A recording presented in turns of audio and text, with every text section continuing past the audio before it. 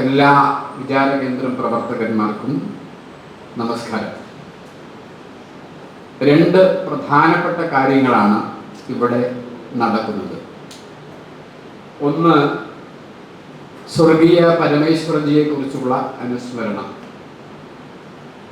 മറ്റൊന്ന്, പരമേശ്വരജി വിഭാവനം ചെയ്ത വിചാരകേന്ദ്രം പ്രവർത്തനത്തെ സക്രിയമായി മുന്നോട്ട് കൊണ്ടുപോകുന്ന കാര്യകർത്താവിൻ്റെ ജന്മദിനം ആയിട്ട് ബന്ധപ്പെട്ട അനുമോദനവും അതോടൊപ്പം പരമേശ്വരജി മുന്നോട്ട് വെച്ച സമീപനത്തോടു കൂടി തന്നെ ജീവിതത്തിൽ ചെറിയ കാലം കൊണ്ട് തന്നെ മുന്നോട്ട് പോയിക്കൊണ്ടിരിക്കുന്ന സംഘമിത്രയോടുള്ള അനുമോദനം, ഇതെല്ലാം ചേർന്നാണ് ഇവിടെ നടക്കുന്നത്. ഇതിൽ പരമേശ്വരജി വൈചാരിക നഭസ്സിലെ സൂര്യൻ എന്ന വിഷയമാണ് ഞാനിവിടെ അവതരിപ്പിക്കുന്നത്. ആദ്യം തന്നെ നമ്മുടെ സ്വാഗത പ്രഭാഷകൻ പറഞ്ഞ ഒരു കാര്യത്തിൽ ചെറിയൊരു തിരുത്ത് ഞാൻ വരുത്തുകയാണ്. പരമേശ്വരജിയെ കുറിച്ച് അക്കിത്തം പറഞ്ഞ വാക്കിൽ ചെറിയൊരു തിരുത്തുണ്ട്. അക്കിത്തം പറഞ്ഞത് എങ്ങനെയാണ്: ദാർശനികനും കവിയും സാമൂഹ്യ പരിഷ്കർത്താവും ആയ 3 പേരാണ് ഈ കേരളത്തിൽ ജീവിച്ചിട്ട് ഉണ്ടായിരുന്നത്. അത് ശങ്കരൻ, വിവേകാനന്ദൻ, ശ്രീനാരായണ ഗുരു എന്നിവരാണ്. അവരോടൊപ്പം ചേർത്ത് വെക്കാൻ പറ്റുന്ന ഈ കാലഘട്ടത്തിലെ വ്യക്തിത്വം പി പരമേശ്വരനാണ്. അതായത് ദാർശനികനാണ്. ദാർശനികതയ്ക്കൊപ്പം കവിത്വവും സംഭവിക്കുക സ്വാഭാവികമല്ല. ദാർശനികതയ്ക്കൊപ്പം കവിത്വവും സംഭവിച്ചിട്ടുള്ളത് 3 പേരാണ്. അത് ശങ്കരനും വിവേകാനന്ദനും ശ്രീനാരായണ ഗുരുവുമാണ്. ഈ കാലഘട്ടത്തിൽ അത്തരത്തിൽ മുന്നോട്ട് വെക്കാൻ പറ്റുന്ന പേരാണ് ടി പരമേശ്വരൻ എന്ന്. അതായത് ആ വാക്കിന് വലിയ ആഴമുണ്ട്. ശ്രീ ശങ്കരാചാര്യനും വിവേകാനന്ദനും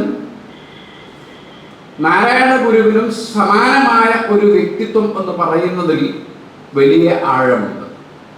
ആ ആഴത്തിൽ നിന്നുകൊണ്ട് തന്നെ വേണം പി പരമേശ്വരജിയെ കാണാനും പരമേശ്വരജിയുടെ വൈചാരികമായ സംഭാവനകളെ കുറിച്ചും ഒക്കെ ചിന്തിക്കുവാനും.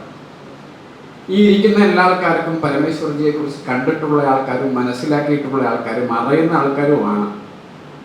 വിചാരകേന്ദ്രത്തിന്റെ പ്രവർത്തനത്തിൽ ഭാഗവാക്കായി എന്നതുകൊണ്ട് മാത്രം ഒരുപക്ഷെ ഈ വിഷയം ഞാൻ നിങ്ങളുടെ മുന്നിൽ അവതരിപ്പിക്കാൻ അർഹനായി എന്നാണ് ഞാൻ വിചാരിക്കുന്നത്. സൂര്യൻ എല്ലാ സമയത്തും പ്രകാശം ചൊരിയും. പ്രകാശം ഊർജമാണ്. വൈചാരിക നഭസ്സിൽ ഊർജത്തെ പ്രദാനം ചെയ്യുക എന്നതാണ് പരമേശ്വരജി ചെയ്തിരുന്നത് എന്ന് നമുക്ക് മനസ്സിലാവും. സൂര്യന്റെ കടമ ഊർജം നൽകലാണ്. ഊർജത്തിൽ കൂടിയിട്ട് സക്രിയമാക്കിക്കൊണ്ടേയിരിക്കലാണ് പ്രപഞ്ചത്തെ. വൈചാരിക പ്രപഞ്ചത്തിൽ, പ്രത്യേകിച്ച് കേരളത്തിൽ, ഈ ഒരു വാക്കിനോട് ഉപമിക്കാൻ മറ്റ് കുറെ ആൾക്കാരുണ്ട് എന്ന് നമുക്ക് തോന്നുന്നില്ല.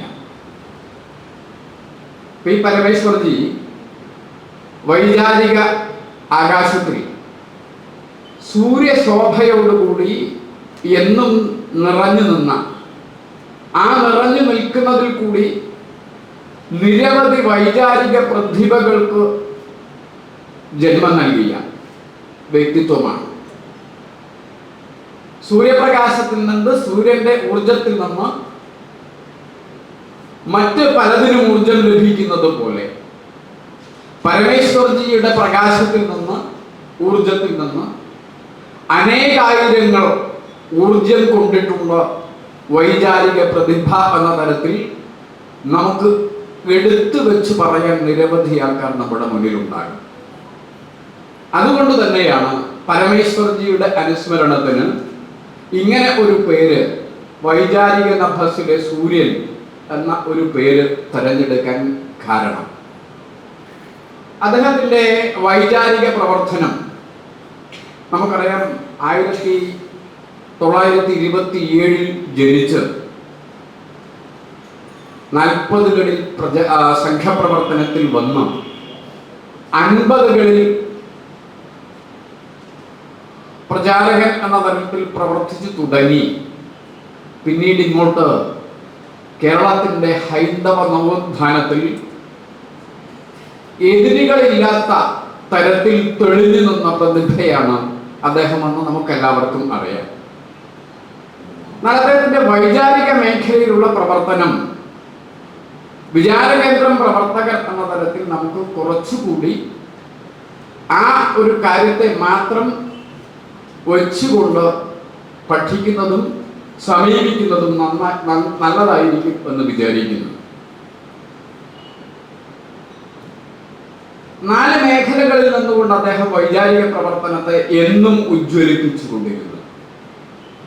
ഒന്ന് ഗ്രന്ഥരചനയാണ്, രണ്ടാമത്തത് സെമിനാറുകൾ, സിമ്പോസിയങ്ങൾ തുടങ്ങിയ മേഖലയാണ്, മൂന്നാമത്തത് വൈചാരികമായ ഇടപെടലുകൾ ആണ്, നാലാമത്തത് ഗണഗീതം, അതിൽ കവിത എന്ന തരത്തിൽ ഉള്ള മേഖലയാണ്. ഈ മേഖലകളിലെല്ലാം ഉള്ള ഏതെങ്കിലും പുസ്തകമോ ഏതെങ്കിലും വരികളോ ഏതെങ്കിലും സംഭവമോ അറിയാത്ത ഒരാൾ പോലും ഇവിടെ ഉണ്ടാവും എന്ന് ഞാൻ വിചാരിക്കുന്നില്ല. അദ്ദേഹം ഈ മേഖലകളിൽ കൂടി എല്ലാം ചെയ്ത കാര്യങ്ങളിൽ നമ്മൾ എപ്പോഴെങ്കിലും ഭാഗവാക്കായിട്ടും ഉണ്ട്. ഗ്രന്ഥരചന 38ഓളം പുസ്തകങ്ങൾ പരമേശ്വർജിയുടേതായിട്ടും ഉണ്ട്. 250-300 പുസ്തകങ്ങൾ നാട്ടിൽ 38 പുസ്തകം വലുതാണോ എന്ന് ചിലപ്പോൾ ചോദിച്ചേക്കാം. പക്ഷെ 250 പുസ്തകം എഴുതി എന്നതല്ല, 38 പുസ്തകം എഴുതി എന്നതല്ല, ഒറ്റ പുസ്തകത്തിൽ കൂടി ഗ്രന്ഥകാരൻ എന്ന നിലയിൽ അറിയപ്പെട്ടു എന്നതാണ് പരമേശ്വർജിയുടെ മഹത്വം എന്ന് പറയുന്നത്. ഞാനത് വെറുതെ നിങ്ങളോട് പറയുന്നതല്ല. 1971 പരമേശ്വർജി ഗ്രന്ഥം എന്ന തരത്തിൽ ആദ്യമായിട്ട് പുറത്തിറക്കുന്നത്. അത് ശ്രീനാരായണ ഗുരു നവോത്ഥാനത്തിന്റെ പ്രവാചകൻ എന്ന പുസ്തകമാണ്. ആ പുസ്തകത്തിന്റെ അവതാരികയിൽ പൊതുവെ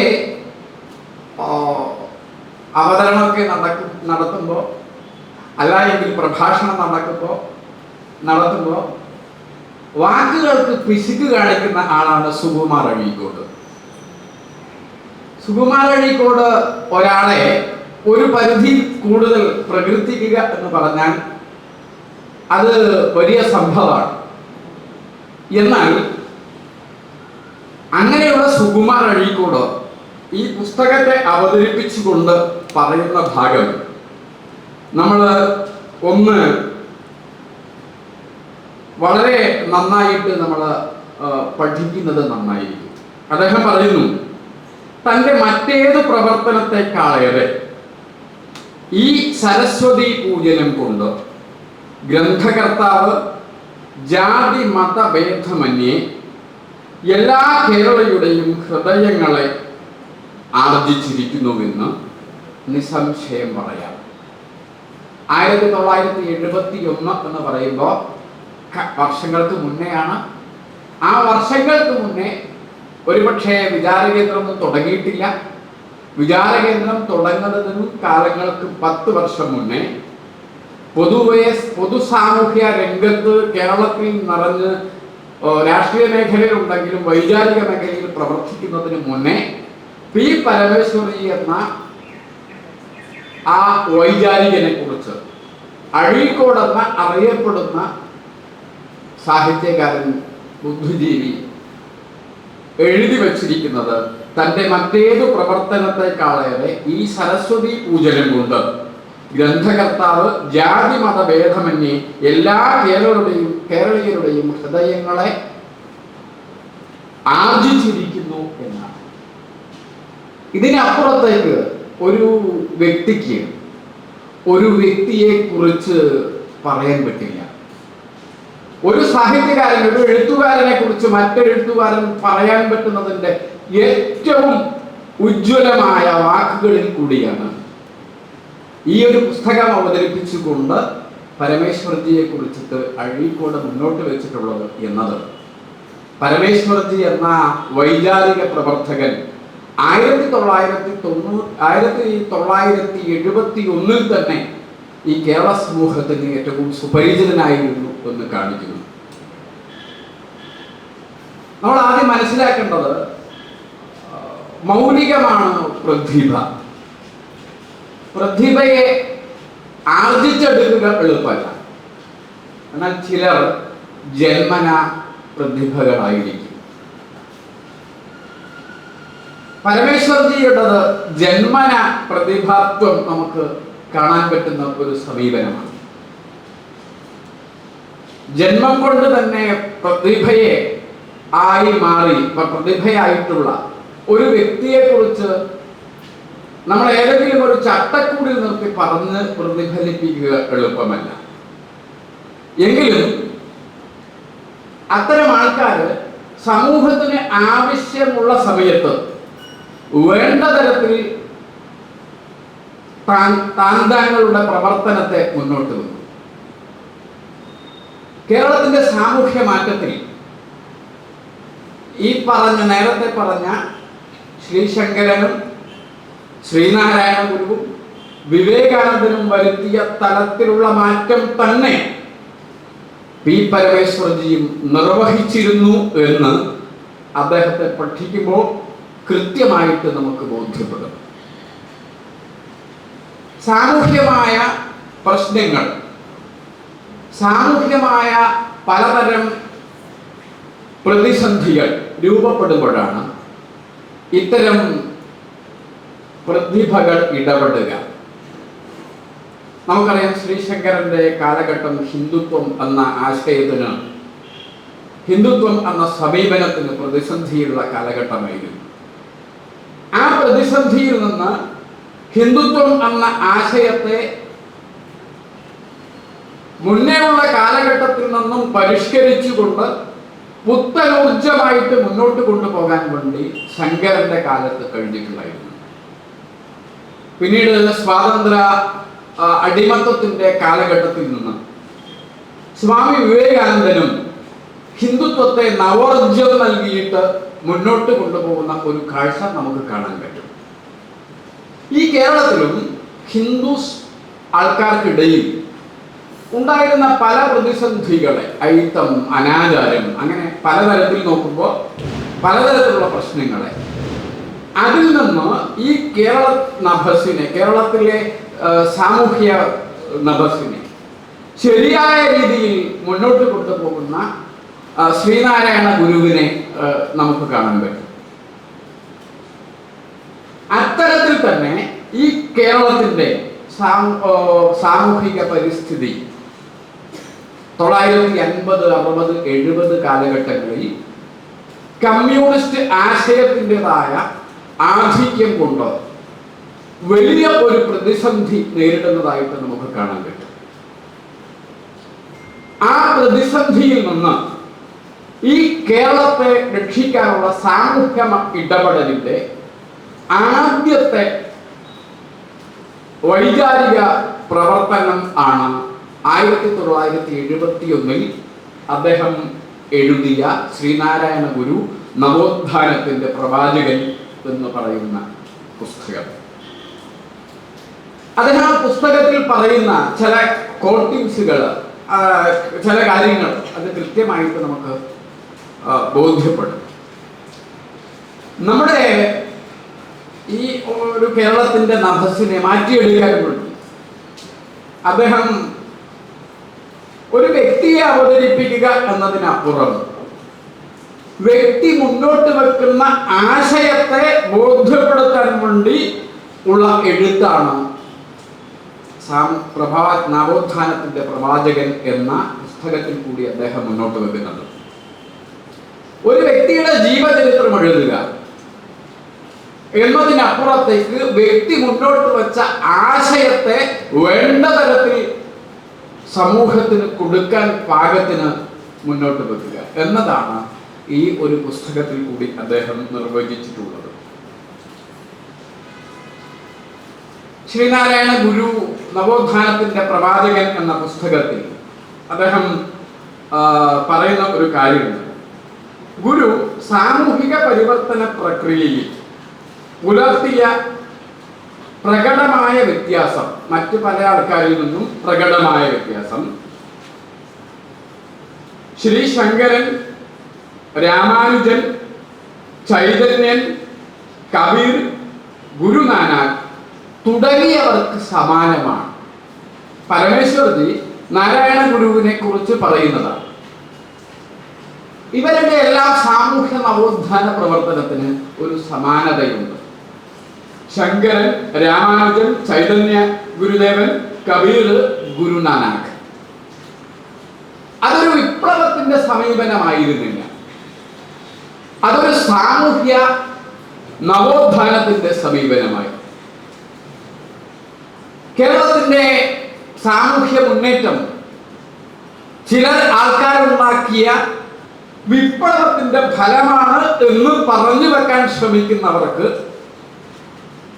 കൃത്യമായൊരു മറുപടി ഈ കേരളത്തിന്റെ സാമൂഹ്യ നവോത്ഥാനം എന്ന് പറയുന്നത് വൈകാരിക സാമൂഹ്യ രംഗത്ത് ഈ നാട്ടിൽ ഉയർന്നു വന്ന സാമൂഹ്യ പ്രതിഭകളുടെ ശരിയായ ഇടപെടലിൽ കൂടിയാണ്.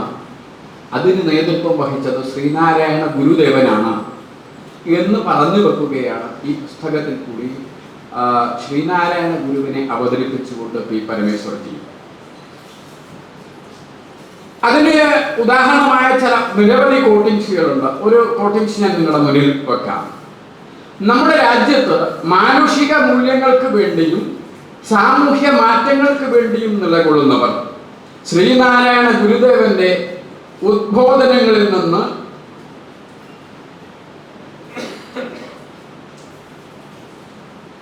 പൂർണ്ണമായും ഉൾക്കൊള്ളാൻ തയ്യാറാവണം.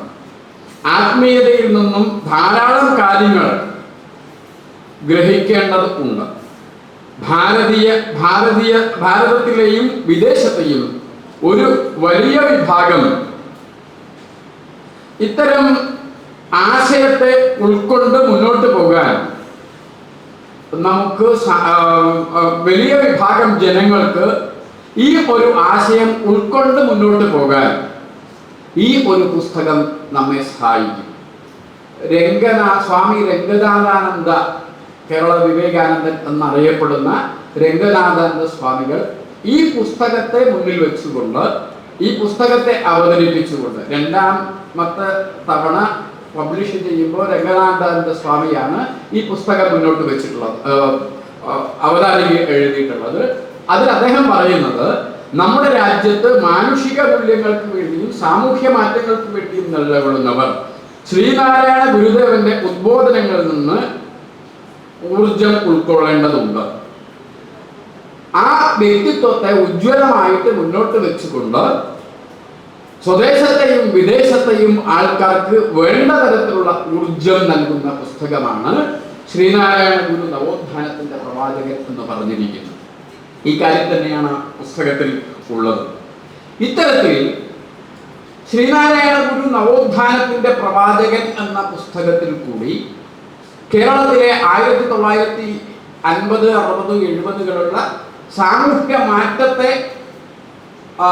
സാമൂഹ്യമായ മുന്നേറ്റത്തെ കൊണ്ടുവരാനുള്ള ഒരു പരിശ്രമമാണ് പി പരമേശ്വർജി നടത്തുന്നത്. ഒരു പുസ്തകം മുന്നിൽ വെക്കുക എന്ന് മാത്രമല്ല, ആ പുസ്തകത്തിൽ കൂടി സാമൂഹ്യ നവോത്ഥാനത്തിന്റെ സമീപനം എന്ത് എന്ന് ബോധ്യപ്പെടുത്താനുള്ള ശ്രമമാണ് നടക്കുന്നത്. നമുക്കറിയാം, കേരളത്തിൽ പൊതുവെ അറിയപ്പെടുന്നത്, കേരളത്തിന്റെ സാമൂഹ്യ നവോത്ഥാനം എന്ന് പറയുന്നത് കമ്മ്യൂണിസ്റ്റ് ആശയത്തിന്റെ ഒരു സമീപനത്തിൽ കൂടിയാണ് എന്ന് പറഞ്ഞു വെക്കാനുള്ള ശ്രമം വളരെയധികം നടക്കുന്നുണ്ട്.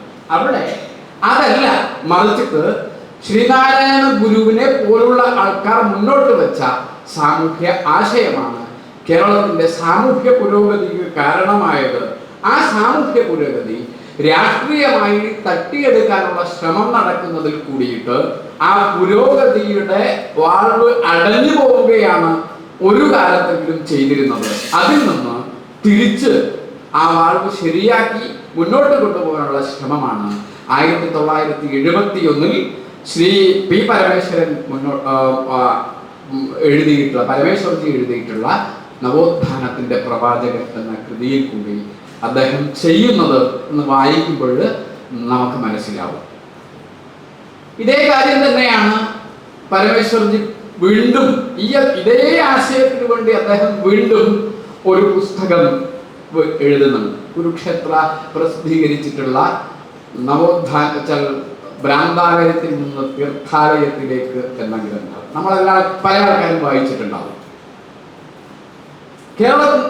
കേരളത്തിന്റെ നവോത്ഥാനത്തിന് ഏറ്റവും പ്രധാനപ്പെട്ട പങ്ക് നിർവഹിച്ചത് ആര്? ഏറ്റവും പങ്ക് നിർവഹിച്ച ആൾക്കാരെ കൃത്യമായിട്ട് രേഖപ്പെടുത്തുകയും ആ ഒരു ചരിത്രത്തെ പരമേശ്വർജിയുടെ തൂലികയിൽ കൂടി നമുക്ക് ഗ്രഹിക്കാനും ഈ പുസ്തകം എടുത്ത് വായിക്കുമ്പോൾ നമുക്ക് മനസ്സിലാവും. പൊതുവെ ഭാരതത്തിൽ ഹിന്ദു സമൂഹം ഒരു കാലഘട്ടത്തിൽ തെറ്റായ സമീപനത്തിൽ കൂടി മുന്നോട്ട് പോയിരുന്നു.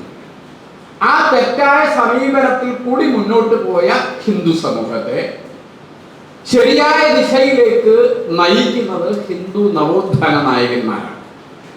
ആ നവോത്ഥാന നായകന്മാർ, അത്തരം നവോത്ഥാന നായകന്മാരുടെ കേരളത്തിലെ പ്രവർത്തനമാണ് ഈ 1800 ഏറ്റവും അവസാനവും 1930 വരെയുള്ള കാലഘട്ടങ്ങളിൽ ഉണ്ടായ സാമൂഹ്യ നവോത്ഥാനം എന്ന് ഈ ഒരു പുസ്തകത്തിൽ കൂടി പരമേശ്വർജി പറഞ്ഞു വെക്കുന്നുണ്ട്. അതിന് അദ്ദേഹം കൃത്യമായ ഡാറ്റകൾ നിരത്തിക്കൊണ്ടാണ് പറയുന്നത്. നമുക്കറിയാം, സ്വാമി വിവേകാനന്ദൻ കേരളത്തിൽ യാത്ര ചെയ്ത് 1897 കേരളത്തിൽ വന്ന് തൃശ്ശൂർ ഭാഗത്ത് നിന്നുകൊണ്ട് അദ്ദേഹം പറഞ്ഞ വാക്കാണ് കേരളം ഭ്രാന്താലയമാണ് എന്ന്. ഭ്രാന്താലയമാണ് എന്ന് പറയാൻ കാരണമുണ്ടായിരുന്നു. ആ കാരണം മറ്റൊന്നല്ല, കേരളത്തിലുള്ള ഹിന്ദുക്കൾ മതം മാറിയിട്ട് മുസ്ലിമായാൽ ഏത് താഴേക്കടയിലുള്ള വിഭാഗമായാലും ദളിത വിഭാഗമായാലും ഇന്നത്തെ ഭാഷയിൽ മുസ്ലിമിന്റെ വീട്ടിൽ പോകാനുള്ള അവകാശമുണ്ടായിരുന്നു, അധികാരമുണ്ടായിരുന്നു. എന്നാൽ ദളിതനായി നിൽക്കെ അവരുടെ വീടുകളിലേക്ക് പ്രവേശനം ഉണ്ടായിരുന്നില്ല. അതായത് താഴജാതിയിൽപ്പെട്ട ആൾക്കാർക്ക് മതം മാറിയാൽ അവർക്ക് ഏഴ് ആൾക്കാരുടെ അടുക്കളയിൽ കയറാനും, എന്നാൽ മതം മാറിയില്ല എങ്കിൽ ഇത്ര അയലം നിൽക്കണം എന്നും ഉള്ള ഒരു സാമൂഹ്യ സാഹചര്യത്തെയാണ് അദ്ദേഹം ഈ ഒരു വാക്കുകൊണ്ട് അടയാളപ്പെടുത്തുന്നത് ഭ്രാന്താലയമാണ് എന്ന്. എന്നാൽ ഇതേ ഭാരതം 1936 ഇതേ കേരളം 1936 മറ്റൊരു മഹാത്മാവായ മഹാത്മാഗാന്ധി ഇവിടെ വന്ന് പറഞ്ഞു, 1936 ക്ഷേത്രപ്രവേശന വിളംബരത്തിന് ശേഷം കേരളം ഒരു തീർത്ഥാലയമാണ്. 1890കളിൽ നിന്ന് 1935കളിലേക്ക് എത്തുമ്പോൾ ഭ്രാന്താലയം തീർത്ഥാലയമാകുന്നു. ഈ കേരളത്തിന്റെ സാമൂഹ്യ നവോത്ഥാന പ്രക്രിയയെ തന്റെ തൂലികകളിൽ കൂടി സമൂഹത്തിന് മുന്നിൽ വെക്കുന്നതിനും പരമേശ്വർജിക്ക് ഒരു ഉദ്ദേശമുണ്ടായിരുന്നു. അത് കേരളത്തിന്റെ സാമൂഹ്യ നവോത്ഥാനം എന്ന് പറയുന്നത് കേരളത്തിലെ തന്നെ ഹിന്ദു ആൾക്കാരുടെ ഇടയിൽ ഉയർന്നു വന്ന സാമൂഹ്യ നവോത്ഥാന പ്രവർത്തകരുടെ പരിശ്രമമാണ് ഹിന്ദുവിന്റെ ഉയർച്ചയ്ക്ക്, കേരളത്തിന്റെ ഉയർച്ചയ്ക്ക് കാരണമായത് എന്ന് പറഞ്ഞു വെക്കുകയാണ്. അവിടെ അയ്യങ്കാളി ആ പുസ്തകത്തിലുണ്ട്. അയ്യങ്കാളിയുടെ പ്രവർത്തനം ആ പുസ്തകത്തിലുണ്ട്. അയ്യങ്കാളിയുടെ പ്രവർത്തനത്തോടൊപ്പം പണ്ഡിറ്റ് കറുപ്പന്റെ പ്രവർത്തനം അവിടെ വിശദീകരിക്കപ്പെടുന്നുണ്ട്. ശ്രീനാരായണ ഗുരു മുന്നോട്ട് വെച്ച ആശയങ്ങളും പ്രവർത്തനവും ഈ ഒരു പുസ്തകത്തിൽ കൂടി മുന്നോട്ട് വെക്കുന്നുണ്ട്. അതായത് ഈ ഭാരതത്തിന്റെ മുന്നോട്ട് പോക്കിന്, ഈ ഭാരതത്തിൽ തന്നെ എവിടെയായാലും ശരി സാമൂഹ്യ മുന്നേറ്റം മുന്നോട്ട് വെക്കുന്ന നവോത്ഥാന നായകന്മാരെ സൃഷ്ടിക്കപ്പെട്ടിട്ടുണ്ട് എന്ന് പറഞ്ഞു വെക്കുകയാണ് ഈ രണ്ട് പുസ്തകത്തിൽ കൂടിയും പരമേശ്വരജി ചെയ്യുന്നത്. ഏതെങ്കിലും വൈദേശിക ആശയം ഇവിടെ വന്നിട്ട് ഒരു വിപ്ലവം നടത്തിയിട്ട് കേരളത്തിനെ നന്നാക്കിയിട്ടില്ല. നേരെ മറിച്ച് ഇവിടെ തന്നെയുള്ള സാമൂഹ്യ നവോത്ഥാന നായകന്മാർ രൂപം കൊണ്ട് അവർ തന്നെ മുന്നോട്ട് വെച്ച ആശയമാണ് ഈ കേരളത്തെ പരിവർത്തിപ്പിച്ചത് എന്ന് പറഞ്ഞു വെക്കുന്ന ധൈര്യമാണ് പരമേശ്വരജി ഈ രണ്ട് പുസ്തകത്തിൽ കൂടി നമുക്ക് മുന്നിൽ വെച്ചത് എന്ന പുസ്തകം പഠിക്കുമ്പോൾ നമുക്ക് കാണാൻ പറ്റും. 1977 അദ്ദേഹം മുന്നോട്ട് വെച്ച ഒരു പുസ്തകമാണ്, നമുക്ക് എല്ലാവർക്കും അറിയാം, ഭാവിയുടെ ദാർശനികൻ അരവിന്ദൻ എന്ന്. ഇതും നമ്മൾ പഠിക്കേണ്ട ഒരു ഏറിയയാണ്. എങ്ങനെയാണ്, എന്തുകൊണ്ട് പഠിക്കേണ്ട ഏറിയാണെന്ന് പറഞ്ഞെന്ന് ചോദിച്ചാൽ, നമുക്കറിയാം സനാതന ധർമ്മത്തെ പ്രത്യേകിച്ച് ദക്ഷിണേന്ത്യയിൽ പലതരത്തിൽ ആക്രമിക്കപ്പെടുന്ന ഒരു കാലഘട്ടത്തിലാണ് നമ്മൾ ജീവിക്കുന്നത്. അത് ഡെങ്കിയുടെയും അതുപോലെ തന്നെ മലേറിയയുടെയും സമാനമാണ് ഹിന്ദു സനാതന ധർമ്മം എന്ന് പറയുന്നതും പ്രചരണം കൊടുക്കുന്നതും ആയിട്ടുള്ള ഒരു സാമൂഹ്യ സാഹചര്യത്തിൽ ആണ് അരവിന്ദനെ അവതരിപ്പിക്കുന്നത്.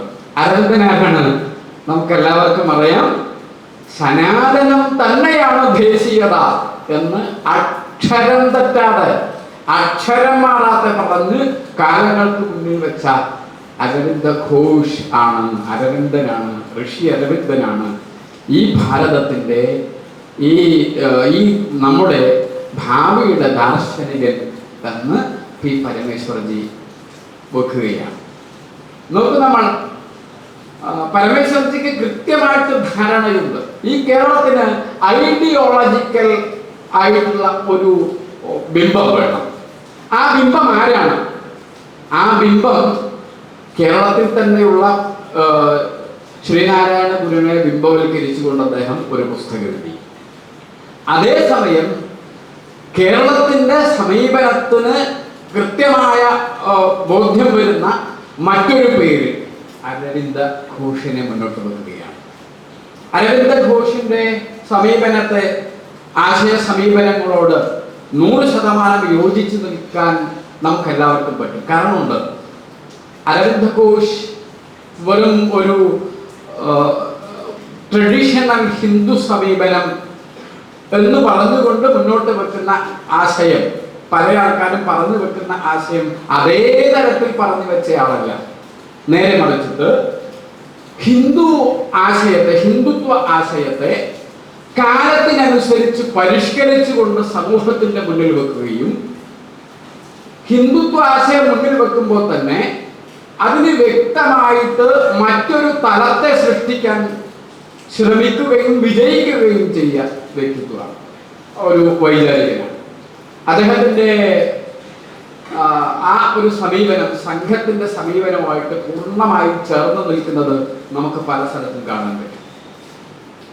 അദ്ദേഹത്തിന്റെ യോഗയായിട്ട് ബന്ധപ്പെട്ട തിയറിയിൽ പറയുന്ന ഒരു കാര്യം, യോഗ സാധനയിൽ ഒരു തലത്തിൽ അപ്പുറം കഴിഞ്ഞാൽ, അദ്ദേഹം എല്ലാ ആൾക്കാരോടും പറയുന്നത് നമ്മളെല്ലാവരും അന്നമയ കോശത്തിൽ നിന്നും മനോമയ കോശത്തിൽ നിന്നും ഉയർന്നുകൊണ്ട് ആനന്ദമയ കോശത്തിലേക്ക് എത്താൻ വേണ്ടിയിട്ട് നമ്മളെല്ലാവരും ജ്ഞാനമയ കോശത്തിലേക്ക് പ്രവേശിക്കണം എന്നാണ്. അറിവിന്റെ തലത്തിൽ നിന്ന് മുന്നോട്ട് പോകണം. അറിവിനെ ആയുധമാക്കിയിട്ട് മുന്നോട്ട് പോകുമ്പോൾ അറിവിന് വേണ്ടിയിട്ടുള്ള പരിശ്രമത്തിന്റെ ഏറ്റവും ആത്യന്തികമായ തലത്തിൽ ആനന്ദമയമായ കോശം വികസിച്ചുകൊണ്ട് നമ്മൾ അത്തരത്തിലായിട്ട് മാറണം. അങ്ങനെ മാറണമെന്നാണ് അരവിന്ദൻ പറയുന്നത്. ഇതേ അരവിന്ദൻ ആ ആനന്ദമയ കോശത്തിലേക്ക് എത്തുന്ന വ്യക്തിയെ കുറിച്ച് പറയുന്നതാണ്. ഒരു വ്യക്തിയെ അത്തരത്തിലെത്തുന്ന സമയത്ത് ആരായിട്ട് മാറും? ആ വ്യക്തി ഒരു സൂപ്പർ ഹ്യൂമൺ ആയിട്ട് മാറും. സൂപ്പർ ഹ്യൂമൺ എന്ന് പറഞ്ഞാൽ അതിമാനുഷനായിട്ട് മാറും. ആ അതിമാനുഷനായിട്ട് മാറുന്ന ആ വ്യക്തിക്ക് സമൂഹത്തെ പൂർണ്ണമായിട്ട് സ്വാധീനിക്കാൻ പറ്റും. ഞാൻ പറയുന്നത് സംഘത്തിന്റെ സ്വയം സേവകൻ എന്ന സങ്കല്പവും മറ്റൊന്നല്ല, ഒരു സാധാരണ വ്യക്തിയെ അസാധാരണമായ വ്യക്തിത്വമാക്കി മാറ്റുന്ന പ്രവർത്തനത്തിന്റെ പേരാണ് സംഘപ്രവർത്തന ആണ് സ്വയം സേവകത്വ നിർമ്മാണം എന്ന് പറയുന്നത്.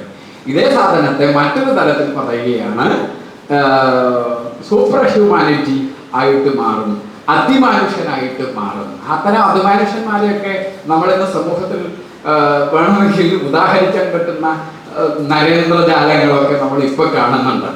ഇപ്പൊ നമുക്ക് പറഞ്ഞാൽ അങ്ങനെ നോക്കിയാൽ അല്ലേ എന്ന് ഉദാഹരണം സമീപം വെക്കാൻ പറ്റും. അന്ന് അങ്ങനെ ഉദാഹരണം വെക്കാൻ ഉണ്ടായിരുന്നില്ല. പക്ഷേ അന്ന് പോലും ഇത്തരം ആശയത്തെ കൃത്യമായിട്ട് മുന്നോട്ട് വെച്ച ഇത്തരം പ്രതിഭകൾ ഇതുകൊണ്ട് തന്നെ ആയിരിക്കാം ഒരു പക്ഷേ പരമേശ്വർജി അരവിന്ദനെ ഇത്തരത്തിൽ അവതരിപ്പിച്ചത് എന്നാണ് ഞാൻ മനസ്സിലാക്കുന്നത്. ഈ അരവിന്ദ ദർശനവുമായി ബന്ധപ്പെട്ട് ചില കാര്യങ്ങൾ, അരവിന്ദ ദർശനമായിട്ട് അദ്ദേഹം മുന്നോട്ട് വെച്ച പുസ്തകത്തിൽ ഉള്ള ചില കാര്യങ്ങൾ ഞാൻ നിങ്ങളുടെ മുന്നിൽ ഒന്നുകൂടി ബോധ്യപ്പെടുത്താൻ വേണ്ടിയിട്ട് അവതരിപ്പിക്കാൻ ആഗ്രഹിക്കുന്നു. അദ്ദേഹത്തിന് 1947 സ്വാതന്ത്ര്യം നേടിയിട്ട് അദ്ദേഹത്തിനോട് സ്വാതന്ത്ര്യദിന സന്ദേശം, ഈ സന്ദേശമായിട്ട് ബന്ധപ്പെട്ട കാര്യങ്ങളും ഈ പുസ്തകത്തിലുണ്ട്. സ്വാതന്ത്ര്യദിന സന്ദേശം നൽകാൻ പറഞ്ഞപ്പോൾ തൻ്റെ മുന്നേ ഉള്ള കാഴ്ചപ്പാടിനെ വേണ്ട തരത്തിൽ ഒന്നുകൂടി സ്പഷ്ടീകരിച്ച് മുന്നിൽ വെക്കുകയാണ് അരവിന്ദൻ ചെയ്യുന്നത്. പരമേശ്വർജിയുടെ ദാർശനികൻ അരവിന്ദൻ എന്ന പുസ്തകത്തിൽ ഇത് കൃത്യമായിട്ട് മുന്നിൽ വെക്കുന്നുണ്ട്. എൻ്റെ ബാല്യത്തിലും യൗവനത്തിലും വിഭാവനം ചെയ്തതും സഫലീകരണത്തിന്റെ ആദ്യഘട്ടത്തിൽ ഇന്ന് കാണപ്പെടുന്നതുമായ ലക്ഷ്യങ്ങളെയും ആദർശങ്ങളെയും പറ്റി വ്യക്തിപരമായ ഒരു പ്രസ്താവന ചെയ്യുക എന്നതാണ് ഞാനിവിടെ ചെയ്യുന്നത്. സന്ദേശമല്ല, ഞാൻ ഇങ്ങനെയാണ് ചെയ്യുന്നത് എന്ന് പറഞ്ഞുകൊണ്ട് അദ്ദേഹം പറയുന്നു. എന്തുകൊണ്ടെന്നാൽ ഭാരത സ്വാതന്ത്ര്യത്തിൽ ഈ ഒരു കാര്യത്തിന് വലിയ പ്രസക്തിയുണ്ട്. ഭാരതത്തിന്റെ ഭാവി കർമ്മപരിപാടിയെയും ഞാൻ വിശ്വസിക്കുന്ന അവർക്ക് പ്രമുഖമായ ഒരു നിർവഹിക്കാനുണ്ട് എന്ന സമീപനത്തെയും ഇത് വളരെയധികം സ്വാധീനിക്കുന്നു. ഭാരതം സ്വന്തം മുന്നേറ്റത്തിന് വേണ്ടിയല്ല മുന്നേറുന്നത്, മറിച്ച് സ്വന്തം ലൗകിക താല്പര്യം മാത്രം നിർവഹിക്കാൻ അല്ല, വികസനവും ശക്തിയും ഐശ്വര്യവും പ്രാപിക്കാനുമല്ല. അവയും ആവശ്യമാണ്. എന്നാൽ അതിനും അപ്പുറത്ത് മറ്റുള്ളവരെ പോലെ അന്യജനതയുടെ മേൽ ആധിപത്യം സ്ഥാപിക്കാനുള്ള ഈ മുന്നേറ്റം പിന്നെയോ മനുഷ്യവർഗത്തിന്റെ മുഴുവൻ സഹായിയും മാർഗദർശകയുമായി ഈ ലോകത്തിൽ ഭാരതം നിലനിൽക്കേണ്ടതുണ്ട്. ഭാരതത്തിന് മറ്റൊരു ലക്ഷ്യമുണ്ട്. ലോകത്തുള്ള മറ്റെല്ലാ സംസ്കാരങ്ങളെയും പോലെയല്ല, ഭാരതത്തിന് മറ്റൊരു ലക്ഷ്യമുണ്ട്. ലോകത്തെ എല്ലാ ആൾക്കാരെയും സഹായിക്കുക, അവരുടെ മാർഗദർശിയായിട്ട് മാറുക എന്നതാണ്. ആ ലക്ഷ്യം നിർവഹിക്കാനുള്ള തരത്തിലേക്ക് ഈ ഭാരതത്തെ ആക്കി മാറ്റുക. അദ്ദേഹം പറയുന്നത്, എൻ്റെ ചെറുപ്പത്തിലും ഇതേ സമീപനമായിരുന്നു, ഇപ്പോഴും എനിക്ക് ഒരു ഘട്ടം കഴിഞ്ഞിരിക്കുന്നു ഭാരതത്തിൽ സ്വാതന്ത്ര്യം നേടുക എന്നത്. ഇപ്പോഴും എനിക്ക് ഒറ്റ കാര്യം അറിയാനുള്ളൂ, ഈ ഭാരതം ലോകത്തിനു മുന്നിൽ വലിയ ഒരു ശക്തിയായിട്ട് മാറണം. ഇതേ ആശയമാണ് അദ്ദേഹം പറയുന്നത്. പരമേശ്വർജി അരവിന്ദനെ അവതരിപ്പിച്ചത് ഒറ്റ കാര്യം കൊണ്ടാണ്. സനാതനത്വമാണ് ഭാരതീയത്വം. സനാതനത്വത്തിന്റെ മുന്നേറ്റം എപ്രകാരമെല്ലാം ആണ് അരവിന്ദൻ വിഭാവനം ചെയ്തിട്ടുള്ളത്, അതൊന്നുകൂടി സമൂഹത്തിന്റെ ഉള്ളിലേക്ക്, മസ്തിഷ്കത്തിലേക്ക് അടിച്ച് കൊടുക്കുക എന്ന ഒറ്റൊരു കാര്യമാണ് ഈ പുസ്തകത്തിൽ കൂടി അദ്ദേഹം ചെയ്തിട്ടുള്ളത് എന്ന് നമുക്ക് മനസ്സിലാവും. വീണ്ടും ഈ പുസ്തകത്തിൽ പറയുന്നു, ലോകത്തിന് ഭാരതത്തിന്റെ ആധ്യാത്മിക സംഭാവന തുടങ്ങിക്കഴിഞ്ഞിരിക്കുന്നു. ഭാരതത്തിന്റെ ആത്മീയ ഭാവവും മറ്റ് രാഷ്ട്രങ്ങൾ, അമേരിക്കയിലും മറ്റും ഉള്ള സമീപനവും ഒന്നല്ല.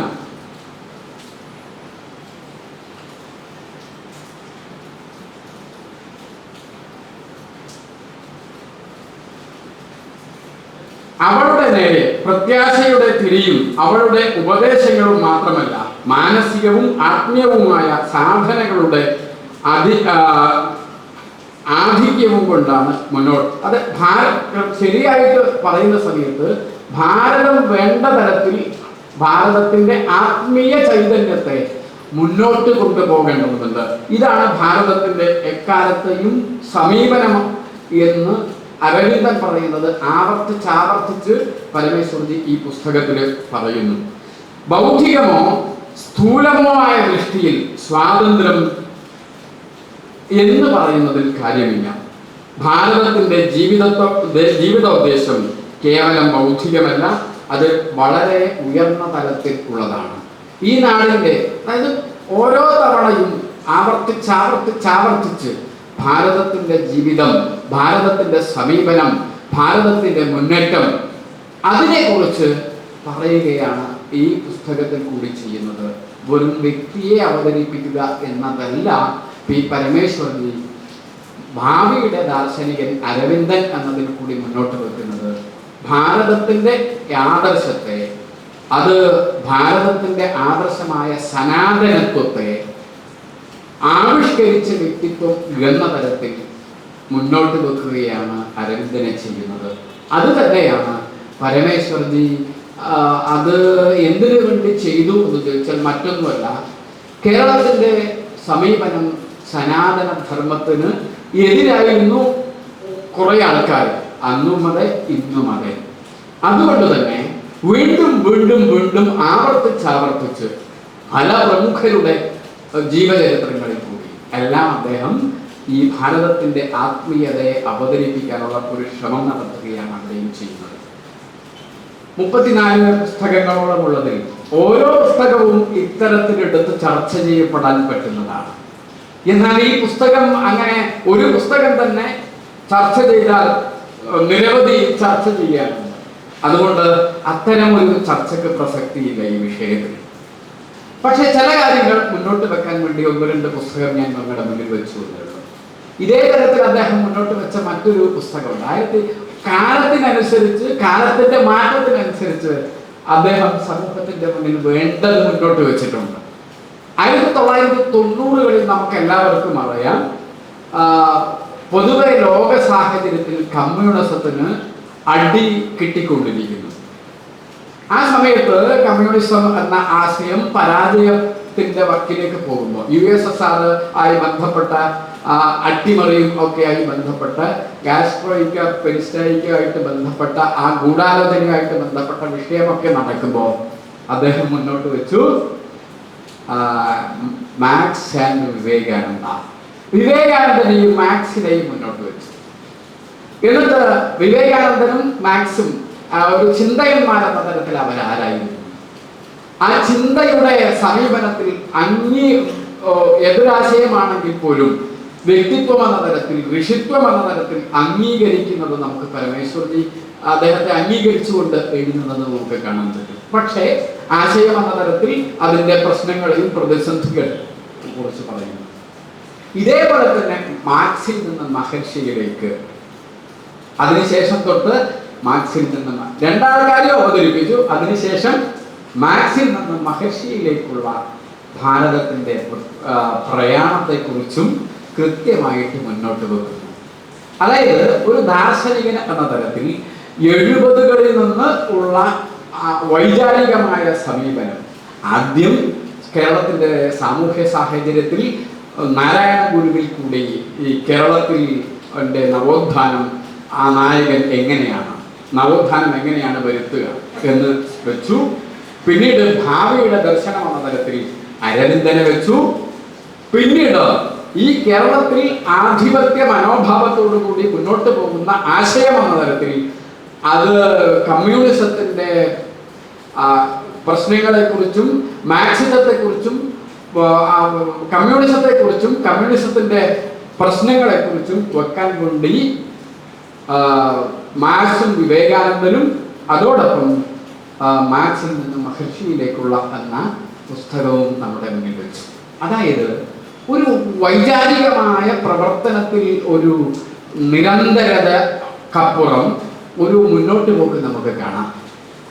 ഓരോ കാലം ആകുമ്പോഴേക്കും എന്താണോ വേണ്ടത് അത് തന്നെയാണ് അദ്ദേഹം മുന്നോട്ട് വെച്ചത് എന്ന് നമുക്ക് കാണാൻ പറ്റും. ഇത്തരത്തിൽ ഗ്രന്ഥരചനയിൽ കൂടി അദ്ദേഹം മുന്നോട്ട് വെച്ച വലിയ ഒരു ആശയം, ഗ്രന്ഥത്തോടൊപ്പം തന്നെ നിരവധി ലേഖനങ്ങളുണ്ട് പ്രസിദ്ധീകരിക്കാത്ത അദ്ദേഹത്തിന്റെ. നേരത്തെ ഞാൻ ഇവിടെ വന്നപ്പോൾ ഉടനെ പറഞ്ഞു കോഴിക്കോട് വെച്ചൊരു പരിപാടിയിൽ പരമേശ്വർജി ഹിന്ദുത്വത്തെക്കുറിച്ച് പറഞ്ഞ ഒരു കാര്യം ഒരു പത്രക്കാരൻ എന്നോട് സൂചിപ്പിച്ചു. അദ്ദേഹം പറഞ്ഞത് ഹിന്ദുക്കൾ എന്ന് പറഞ്ഞാൽ ഹിന്ദു കൃഷി പർവ്വത നിരയിൽ നിന്ന് ഇങ്ങോട്ടുള്ള ഭാഗത്തുള്ള എല്ലാ ആൾക്കാരെയും ഹിന്ദുക്കളാണ് എന്നാണ് പണ്ട് പരമേശ്വർജിയൊക്കെ പറയാറ്. ഇപ്പൊ പലരും അങ്ങനെ പറയുന്നില്ല എന്നൊരു പരാതി ഇവിടെ പറഞ്ഞു. സംശയം വേണ്ട, ഹിന്ദുത്വത്തിന്റെ നിർവചനം വളരെ വ്യക്തമാണ്. പരമേശ്വർജി പല ആൾക്കാരെയും ഉദ്ധരിച്ചുകൊണ്ട് ഹിന്ദുത്വത്തിൻ്റെതായ കൃത്യമായ മുന്നോട്ട് വെച്ചിട്ടുണ്ട്. നമുക്കറിയാം 1990 കാലഘട്ടങ്ങളിൽ 92, 93, 97 വരെയുള്ള കാലഘട്ടങ്ങളിൽ അദ്ദേഹം ഏറ്റെടുത്ത് മുന്നോട്ട് വെച്ച വലിയ ഒരു ആശയ പ്രപഞ്ചമാണ്. ഇന്നും അതിന് പ്രസക്തിയുണ്ട്. ആര്യൻ അധിനിവേശം, ആര്യദ്രാവിഡ സംവാദം എന്ന തരത്തിൽ തെക്കേ ഇന്ത്യക്കാരും വടക്കേ ഇന്ത്യക്കാരും രണ്ടാണ്. തെക്കേ ഇന്ത്യക്കാരെല്ലാം വടക്കേ ഇന്ത്യക്കാരെല്ലാം ആര്യന്മാരാണ്. തെക്കേ ഇന്ത്യക്കാരെല്ലാം ദ്രാവിഡന്മാരാണ്. ആര്യന്മാര് ദ്രാവിഡന്മാരെ ഭരിക്കാൻ വരണ്ട എന്ന ആശയത്തിന്റെ സൃഷ്ടിക്ക് വേണ്ടിയിട്ട് കമ്മ്യൂണിസ്റ്റുകാർ വലിയ കാര്യങ്ങൾ ചെയ്യുമ്പോൾ ഈ ഡിവിഷൻ എന്ന് പറയുന്നത് തന്നെ തെറ്റാണ്. ആര്യൻ അധിനിവേശം നടന്നിട്ടില്ല എന്ന് സ്ഥാപിക്കാൻ വേണ്ടി 100 കണക്കിന് സെമിനാറുകൾ, സിമ്പോസിയങ്ങൾ നടത്തപ്പെട്ടിട്ടുണ്ട്. ഒരു തവണ ഒരു പരിപാടിയിൽ ഞാൻ പങ്കെടുത്തിട്ടുണ്ടായിരുന്നു, ചെറിയ കുട്ടിയായിരിക്കുന്ന സമയത്ത്. എന്നുകൊണ്ട് അത് എൻ്റെ ഓർമ്മയിൽ നിറഞ്ഞു നിൽക്കുന്നു. ആര്യൻ അധിനിവേശത്തിന് ഇന്ന് നിലവിൽ വേണ്ടത്ര ആ ഒരു ആശയം ശരിയാണെന്ന് ആ വാദം ഉന്നയിച്ച ആൾക്കാർക്ക് പോലും അവകാശവാദമില്ല. പക്ഷെ അത് മറ്റൊരു രൂപത്തിൽ വരുന്നുണ്ട്. അത് മറ്റൊരു രൂപത്തിൽ വരുന്നത് ആര്യൻ അധിനിവേശത്തിന്റെ തിയറി എന്താണോ ഉദ്ദേശിക്കുന്നത് അതേ ആശയത്തെ മറ്റൊരു കുപ്പിയിലാക്കി നമ്മുടെ മുന്നിൽ വെക്കുന്നുണ്ട്. അത് സൗത്ത് കൗട്ടിങ് എന്ന ആശയമാക്കിയിട്ട് വീണ്ടും മുന്നോട്ട് വെക്കുന്നുണ്ട് എന്ന് വേറെ കാര്യം. ഈ സൗത്ത് കട്ടിങ് ആശയം മുന്നോട്ട് വെക്കുന്ന ഈ കാലഘട്ടത്തിൽ ആര്യൻ അധിനിവേശത്തിന്റെ ആയി ബന്ധപ്പെട്ട സെമിനാറുകളെ ഒന്ന് ഓർത്തെടുത്തിട്ട് മറുപടി പറയൂ. നമുക്ക് മറുപടി കിട്ടും. പരമേശ്വർജി പറഞ്ഞു വെച്ച മറുപടികൾ ഇപ്പോഴും നമുക്ക് നമ്മുടെ ഇടയിലുണ്ട്. നമുക്കത് കിട്ടും. ഈ കാലഘട്ടത്തിലും പരമേശ്വർജി അത്തരത്തിൽ നമ്മളെ സ്വാധീനിക്കുന്നു നമുക്കറിയാം. അതേസമയം 1996 ഈ എറണാകുളത്ത്, എനിക്ക് തോന്നുന്നു ഗ്രീറ്റിയത്തിൽ തന്നെയാണ് തോന്നുന്നു, കൃഷ്ണയ്യർ പങ്കെടുത്ത ഒരു സെമിനാർ നടന്നിരുന്നു. പരമേശ്വർജി, കൃഷ്ണയ്യര്, അതുപോലെ തന്നെ അന്നത്തെ ജഡ്ജായിരുന്ന കർണാടകയിൽ ഉള്ള അദ്ദേഹത്തിന്റെ പേര് ഞാൻ മറന്നുപോയി, അദ്ദേഹം അടക്കം വന്നുകൊണ്ടുള്ള ഏക സിവിൽ കോഡുമായി ബന്ധപ്പെട്ട ഒരു സെമിനാർ നടന്നിരുന്നു ഈ എറണാകുളത്ത് വെച്ച്. അത് വളരെയധികം സ്വാധീനം നേടിയ, വളരെയധികം ചർച്ച ചെയ്യപ്പെട്ട, ഓൾ ഇന്ത്യ തലത്തിൽ തന്നെ ചർച്ച ചെയ്യപ്പെട്ട ഒരു സെമിനാറായിരുന്നു. അതും നമുക്കെല്ലാവർക്കും അറിയാം. പിന്നീട് അദ്ദേഹം 1995 തൊട്ട് അങ്ങോട്ട് നിരന്തരമായൊരു പ്രവർത്തനം, ഊണിലും ഉറക്കിലും ഒരു ആശയത്തെ മുന്നോട്ട് വെച്ചു. അത് ഭഗവത്ഗീതയുമായി ബന്ധപ്പെട്ട ഗീതാസ്വാധ്യായ സമിതിയുടെ പ്രവർത്തനം എന്ന നിലയിലുള്ള ഒരു ഗീതാമഥനമായിരുന്നു. 97, 98, 99, 2000 ഈ വർഷങ്ങളിൽ അദ്ദേഹം നടത്തിയ സെമിനാറുകളുടെ എണ്ണം എന്ന് പറഞ്ഞാൽ അത് എണ്ണിയാൽ തിട്ടപ്പെടുത്താൻ പറ്റുന്നതല്ല. അത്രയും സെമിനാറുകൾ, ഒരു 6-7 പുസ്തകം ഭാരതീയ വിചാര കേന്ദ്രത്തിന്റെ പേരിൽ അദ്ദേഹം പ്രസിദ്ധീകരിച്ചിട്ടുണ്ട്. ഏതന്മേ സംശയം കൃഷ്ണ എന്ന് പറഞ്ഞുകൊണ്ട് അദ്ദേഹം തന്നെ ഒരു പുസ്തകം ചോദ്യോത്തരം എന്ന തരത്തിൽ മുന്നോട്ട് വെച്ചിട്ടുണ്ട്.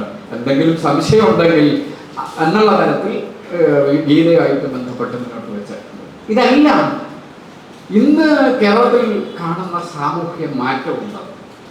ഇന്ന് നമുക്കെല്ലാവർക്കും അറിയാം, രാമായണ മാസമാകുമ്പം ഓരോ അമ്പലത്തിൽ നിന്നും രാമായണ ശീല ഉയരുന്നു. ഗീത എന്ന് പറയുന്നത് ഒരു പരിഷ്കൃത സമൂഹത്തിന്റെ സമീപനമായിട്ട് കുറച്ച് കാലമെങ്കിലും ആയിട്ട് നിൽക്കുന്നു. ഗീത പഠിക്കുന്നത് വെറും ഒരു ആധ്യാത്മികവാദി എന്ന തരത്തിലല്ല, ദാർശനികന്റെ സമീപനമാണ് എന്ന് കുറച്ചാൾക്കാരെങ്കിലും കരുതുന്ന സാമൂഹ്യ സാഹചര്യമുണ്ട്. ഈ സാമൂഹ്യ സാഹചര്യം സൃഷ്ടിക്കുന്നതിൽ ഈ ഒരു ഗീതാ വിപ്ലവത്തിനുള്ള പങ്ക് ചെറുതായിരുന്നില്ല. അതിൽ പരമേശ്വർജിയുടെ പങ്ക് എന്ന് പറയുന്നത് ചെറുതായിരുന്നില്ല എന്ന് നമുക്ക് വ്യക്തമായിട്ട് മനസ്സിലാവും. ഞാൻ വിഷയം കുറേ തയ്യാറാക്കിയിട്ടുണ്ട്. ആ തയ്യാറാക്കിയിട്ട വിഷയങ്ങൾ നിങ്ങളുടെ മുന്നിൽ വെക്കാൻ എനിക്ക് കുറെ സമയമെടുക്കും. അതുകൊണ്ട് ഞാൻ കൂടുതൽ ദീർഘിപ്പിക്കുന്നില്ല. ഒരു പക്ഷേ പൊതുസമൂഹത്തിന് മനസ്സിലാവാത്ത, എന്നാൽ സംഘമായിട്ട് ബന്ധപ്പെട്ട സമൂഹത്തിന് കൃത്യമായിട്ട് ബോധ്യപ്പെടുന്ന ഒരു ഏറിയാണ് അദ്ദേഹത്തിന്റെ കവിതയുമായി ബന്ധപ്പെട്ട മേഖല എന്ന് പറയുന്നത്. പക്ഷേ ആ മേഖലയെ കുറിച്ച് ടച്ച് ചെയ്യാതെ പോകുന്നത് ശരിയല്ല എന്നതുകൊണ്ട് ആ മേഖലയെ കുറിച്ച് മാത്രം ഒരു 5 മിനിറ്റ് ഞാൻ നിങ്ങളുടെ മുന്നിൽ വെച്ചുകൊണ്ട് ഞാനൊരു ഈ വിഷയാവതരണം ഇവിടെ അവസാനിപ്പിക്കും. അദ്ദേഹം മുന്നോട്ട് വെച്ച അദ്ദേഹം 1960-കളിൽ 70-കളിൽ എഴുതിയ ഒരു ഗണഗീതം, അത് അഹോ ദിവ്യമാതേ മഹോദാരശീലേ സമസ്തംബികേ മഹാമംഗലേ എന്ന് പറഞ്ഞുകൊണ്ട് അദ്ദേഹം ഒരു ഗണഗീതമുണ്ട്. ആ ഗണഗീതത്തിൽ അവസാനത്തിന്റെ ഓരോ വരികളിലെയും അർത്ഥങ്ങളിലേക്ക് പോകുമ്പോൾ അഹോ ദിവ്യമാതേ മഹോദാരശീലേ സമസ്തംബികേ, അതിൽ പറയുന്നുണ്ട് ശ്രീലങ്ക മുറിഞ്ഞറ്റു വീണു മനോരമ്യലങ്ക മഹാദേവി നിൻകാലിലെ പൊഞ്ചിലങ്ക എന്നൊക്കെ പറയുമ്പോൾ അറിയാതെ ആ കാലഘട്ടം സ്വാതന്ത്ര്യം നേടിക്കഴിഞ്ഞ സമയത്തുള്ളൊരു ഭാരതം, ആ ഒരു ഭാരതത്തിലുള്ള ജനങ്ങൾ, പ്രത്യേകിച്ച് കേരളത്തിലെ ഭാരതീയ സമീപനമുള്ള ജനങ്ങൾ, അവർക്ക് ഉള്ളിൻ്റെ ഉള്ളിലേക്ക് കൃത്യമായിട്ടൊരു ഭാരതീയ തലം ഉൾക്കൊള്ളുന്ന തരത്തിൽ മുറിഞ്ഞറ്റു വീണു മനോരമ്യലങ്ക മഹാദേവി നിൻകാലിലെ പൊഞ്ചിലങ്ക, ഇതെന്താണ് അമ്മേ എന്നിട്ടും ഇത്രയും നിർവീര്യമായ ഭാവത്തിൽ നിൽക്കുന്നത്, ദുർഗയുടെ ഭാവത്തിലേക്ക് വരണ്ടേ എന്ന് തോന്നിപ്പിക്കുന്ന തരത്തിലുള്ള ആ രചനകൾ, അത് ഹൃദയത്തിന്റെ ഉള്ളിന്റെ ഉള്ളിലേക്ക് കൊള്ളുന്ന രചനകൾ ആയിട്ട് നമുക്ക് കാണാൻ പറ്റും. നമ്മ സംഘത്തിൽ സംഘാഷ്ടകം എന്ന് പറഞ്ഞ ഒരു ഭാഗമുണ്ട്, നമുക്ക് കേട്ടിട്ടുണ്ടാവും സ്വയം സേവ പല ആൾക്കാർ.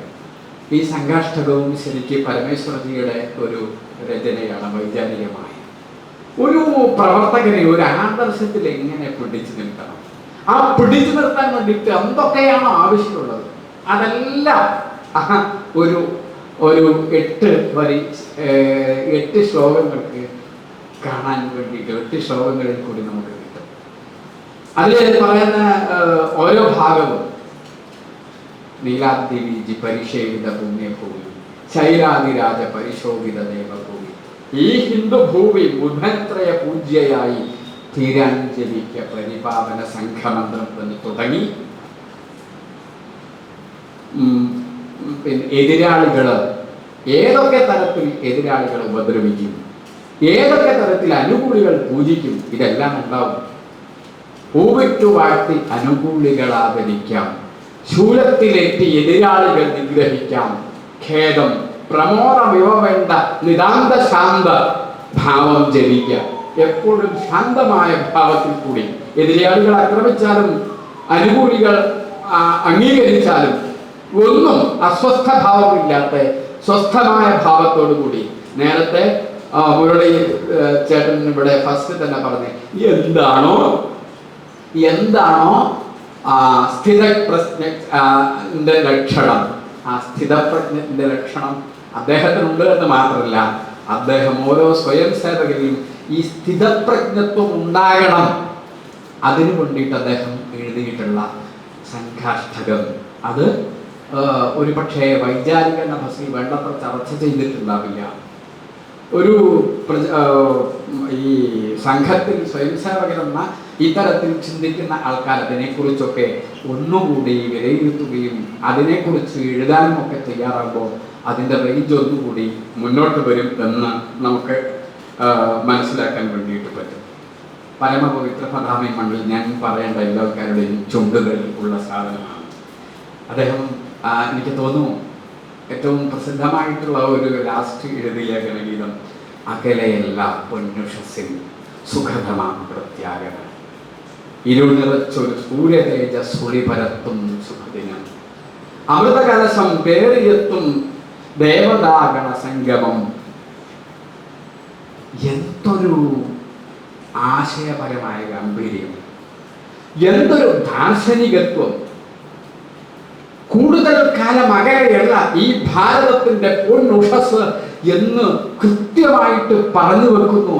2010 സമയത്ത് നമുക്കറിയാം ഈ ഭാരതം മുന്നോട്ട് 2014 മുതലുള്ള അതിൻ്റെ മാറ്റം, ആ മാറ്റത്തെ ഇത്രയും ഉജ്ജ്വലമായ രീതിയിൽ ദാർശനിക ബോധത്തോടുകൂടി മുന്നോട്ട് വെച്ച പരമേശ്വരജി വെറും ഒരു വ്യക്തിത്വമില്ല, അതേതോ ഒരു ഈശ്വരീയമായ അവാച്യമായ അനുഭൂതിയാണ്.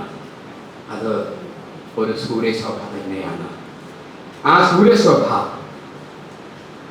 വ്യക്തി മരിച്ചിട്ടുണ്ടാവും, പക്ഷേ വ്യക്തിയുടെ ദാർശനിക പ്രതിഭ ഒരിക്കലും നശിക്കില്ല. പുസ്തകങ്ങളിൽ കൂടി, ആശയങ്ങളിൽ കൂടി അത് ജീവിച്ചുകൊണ്ടേയിരിക്കും. ആ അമൃതം വേണ്ടത്ര നല്ല സമീപനത്തോടു കൂടി ഉൾക്കൊള്ളാനുള്ള തയ്യാറെടുപ്പ് നമുക്കെല്ലാവർക്കും ഉണ്ടാകുമ്പോൾ പരമേശ്വർ എന്ന മഹസ്, ആ മഹസിൻ്റെ ആഴവും പരപ്പും ഒന്നുകൂടി വർദ്ധിക്കും. അതിനുവേണ്ടി നമുക്കെല്ലാവർക്കും ഈ പരമേശ്വരജിയുടെ അനുസ്മരണ സമയത്ത് നമുക്ക് പ്രാർത്ഥിക്കാമെന്ന് മാത്രം പറഞ്ഞുകൊണ്ട് നിർത്തുന്നു. ജയ് ഹിന്ദ്.